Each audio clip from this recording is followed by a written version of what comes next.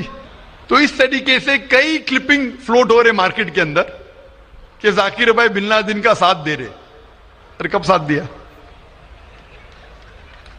آپ یوٹیوب پہ جائیں گے تو آپ کو کلپنگ ملیں گی، ذاکر مسجد سے جوتے چوری کر رہا ہے، ذاکر مسجد سے جوتے چوری کر رہا ہے۔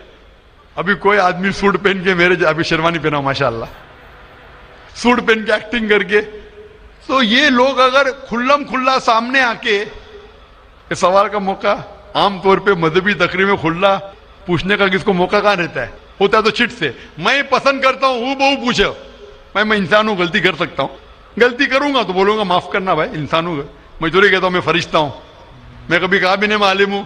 اگر میرے تقریر میں کچھ غلطی ہے تو آپ آگے بول سکتے ہیں ذاکر بھائی آپ جو قرآن کا حوالہ دے غلط ہے، ایسے مانی نہیں، اگر صحیح ہوگا تو میں کہوں گا بھائی صحیح ہے، آپ کو غلط فہمی ہے، اگر میں غلط پہ ہوں تو بولوں گا غلطی ہے، معافی چاہوں گا۔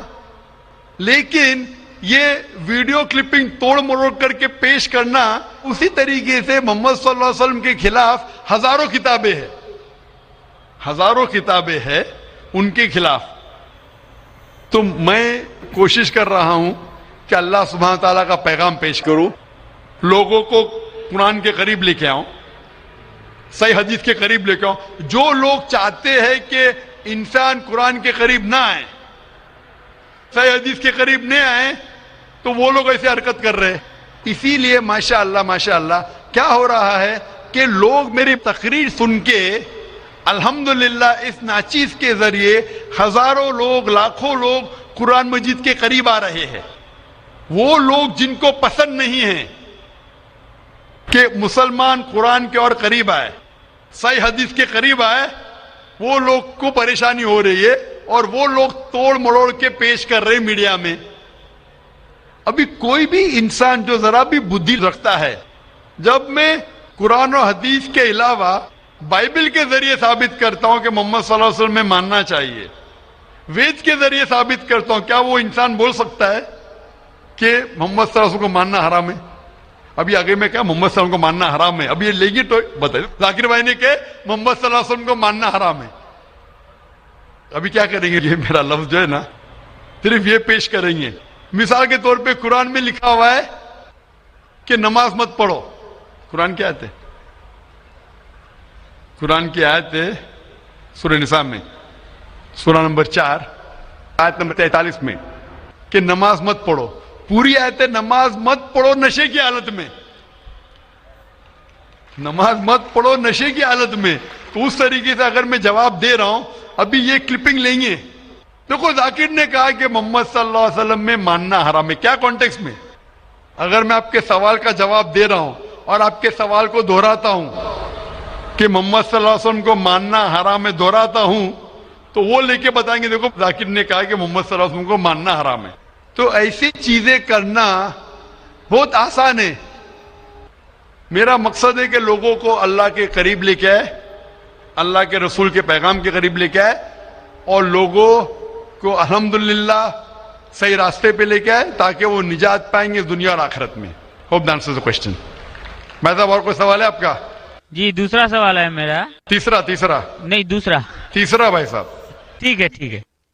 یہ تیسرا سوال ہے کہ بریلی سماج کے لوگ صبح سویرے کے ٹائم میں یا نبی سلام علیکہ پڑھتے ہیں اور عصر کے وقت، جبکہ دیوبندی سماج میں ایسا نہیں ہوتا ہے. وہ لوگ اسلام کا پرچار کرتے ہیں، وہ لوگ یہ یا نبی سلام علیکہ نہیں کرتے ہیں. کارن بھائی صاحب کا سوال ہے کہ کچھ لوگ یا نبی سلام علیکم کہتے ہیں، کچھ لوگ نہیں کہتے ہیں، کیا کارن ہے؟ جیسا میں نے کہا بھائی صاحب، آپ کے سارے سوال کا ایک جواب دے دو، آسان جواب، کہ جو قرآن سے ملتا ہے وہ صحیح ہے، جو قرآن سے ٹکراتا ہے وہ غلط ہے. تو جو بھی اگر آپ کو سوال پوچھے بھائی صاحب، پوچھو بھائی قرآن کا کون سا حوالہ ہے؟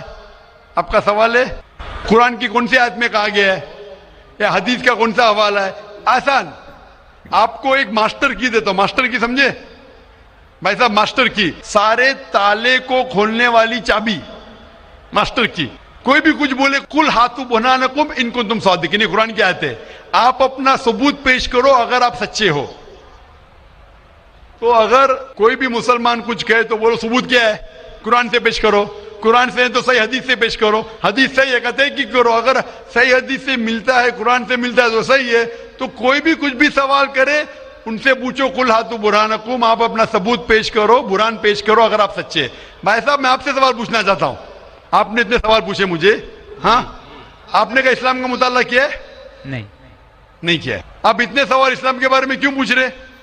جی بغل میں مسلم کا دکان ہے تو جانکاری ملتے رہتا ہے. ہاں تو مسلم کی دکان بغل میں ہے، بغل کے مسلم نے آپ کو بھیجا ہوگا یہ پوچھنے کے لیے؟ نہیں غلط بات ہے. غلط بات ہے. آپ خود پوچھنا چاہتے. جی. تو بھائی صاحب آپ اتنی تحقیق کر رہے، بریلوی آج بحث دیوبندی، چل رہا تھا نا. بھائی صاحب آپ قرآن کو ترجمے سے کیوں نہیں پڑھتے؟ وہ بات نہیں، آج بحث چل رہا تھا دو ہی گٹ میں، بالکل صحیح. تو وہ میں چپ چاپ سن رہا تھا. ہاں تو ابھی اور آپ میں نے سوچا آپ سے آ کے کوشچن پوچھوں گا. تو جواب مل گیا آپ کو نا کہ قرآن مجید سب سے بہترین کتاب ہے جاننے کے لیے کیا حق ہے کیا غلط ہے. سمجھے اپنا؟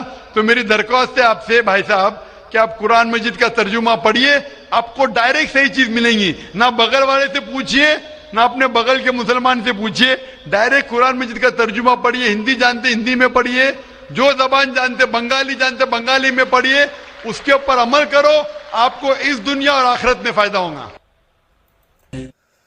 تو یہ تھی دوستو آج کی ویڈیو. اس ویڈیو میں ڈاکٹر ذاکر نائک سے ایک ہندو بھائی تھا، اس نے سوال کیا، کافی 2-3 سوال کیے.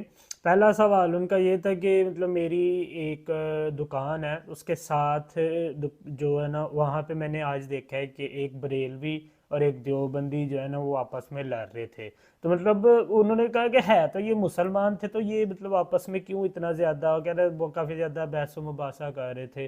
دوسرا سوال پھر اس نے یہ کیا کہ اس کی وجہ سے آپ کے اوپر بھی الزام لگے تھے کہ آپ نے جو ہے نا وہ معاذ اللہ یہ کہا تھا کہ حضور اکرم صلی اللہ علیہ وسلم کو نہیں ماننا چاہیے، اور یہ سارا کچھ آپ نے جو ہے نا وہ کہا تھا، اس کا الزام بھی ہے آپ کے اوپر. تیسرا پھر سوال جو تھا ان کا یہ تھا کہ یہ جو لوگ کہتے ہیں کہ یا نبی سلام علیکہ، تو یہ مطلب صحیح کہتے ہیں یا نہیں کہتے ہیں؟ کیونکہ جو دیوبند ہیں وہ کہتے ہیں کہ